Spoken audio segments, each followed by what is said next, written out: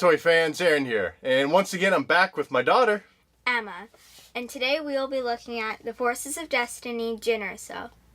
and you're going to want to watch the end of this video.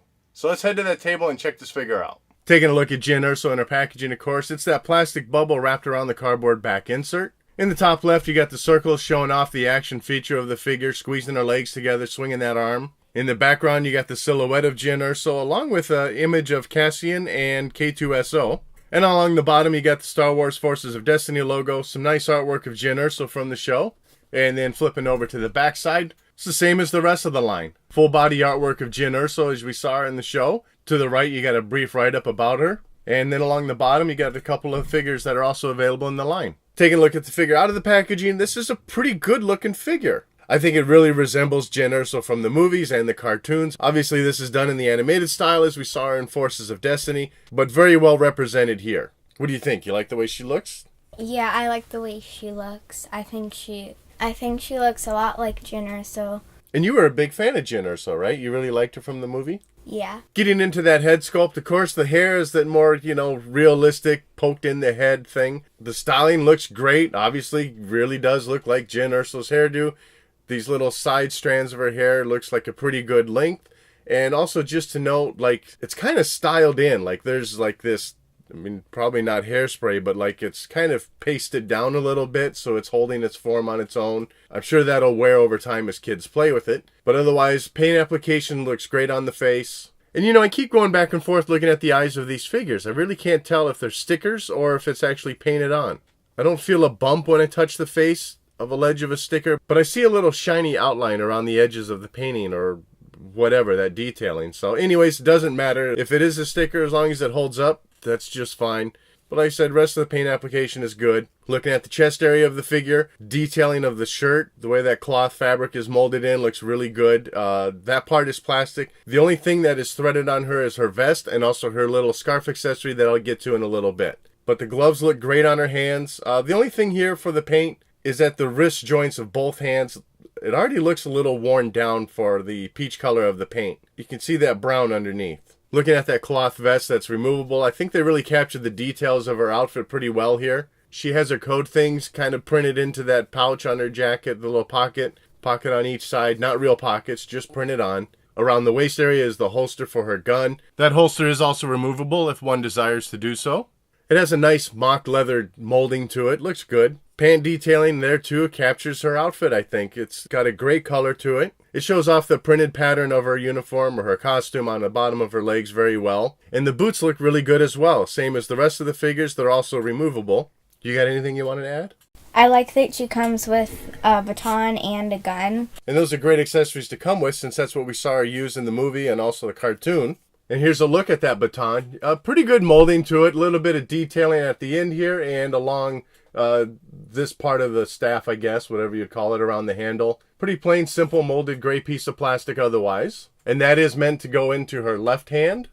But same as just about all the other figures in the line, except for that indoor layer where she did not have an action feature. This one too has it where you squeeze the legs. That makes her swing at the waist and also makes that arm move. And guess what? On this figure, it works. Works pretty good too. I think that hand gets, so there we go. Get that hand out of the way of the gun, but that action actually works very well. Do you like that? Yeah. Now that you see it working well on one figure, do you wish the other figures had it, or are you still okay that it doesn't work so well on the others that we got? It could be just ours, but I doubt it. Well, now that I see it, it's still fine if the others don't have a really good action feature, and I am glad that this one does, so I can see what it's supposed to actually do. Okay. And the blaster she comes with looks really good. Great sculpting on it. I like the detailing to it. And surprisingly, it's got two different colors on it.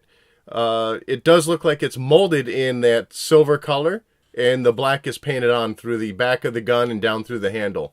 That's pretty surprising to see, since I think all the other weapons with the other figures were just one single color. And you can slide that pretty easily into the holster on her side and latch that down. And for the final accessory, if you'll call it that, I suppose, is her little hooded scarf. That's the only other cloth piece to it aside from that vest. It sits pretty nicely on her when you're not, using it as a hooded piece. And when you have that unfolded and placed on her head, it looks pretty good. Sits nicely. What do you think? Does it look good? You like it? Yeah, I really like it. I think it looks really good on her, and I think that it fits on her head very nicely. And then when you take it off, I think that it also fits very nicely just leaning on her shoulder. And getting into the articulation of Jyn Erso, the head, of course, as expected, goes side to side very nicely. Just that ever so slight smidge up and down. Now, because of that action feature, you're not going to be able to really raise the arm up and down. It's got a bit of adjustment to it, a little leeway there, but that's what you're going to get out of it. You are able to bring it in and out, so that would be representative of this action on her right shoulder. With that one, no problem swinging around or moving. At the elbow area for both, you can swivel it and you can bend, and then the same can happen here. As for the wrist area, you're able to swivel both wrists, and each one also goes side to side. Great range of motion throughout that part. Waist area, again, is just reserved for that action feature, so you're not posing her there. For the legs, both of them are able to lift up. Pretty decent amount. No split action happening there. As for the knee joint, you got a single bend. Pretty decent there. And also the rotation. And nothing for the ankle area. So overall, I think this is a wonderful figure. Very good looking. I'm happy that the action feature works on this as it should. But I think it's pretty cool looking. How about you? I'm also really happy that the action feature works on this one, and I like that you can remove the vest and boots. Alright, so that wraps up this look at Jyn Erso, and also wraps up the look at the first wave of the Forces of Destiny figures. What do you think of these figures? Pretty cool looking? Yeah. Okay, now let's see. You already have Princess Leia and R2-D2. Don't have the rest of those figures yet. Mm-hmm. Okay, guess what? What? You've been such a big helper with these reviews. So you got one of these.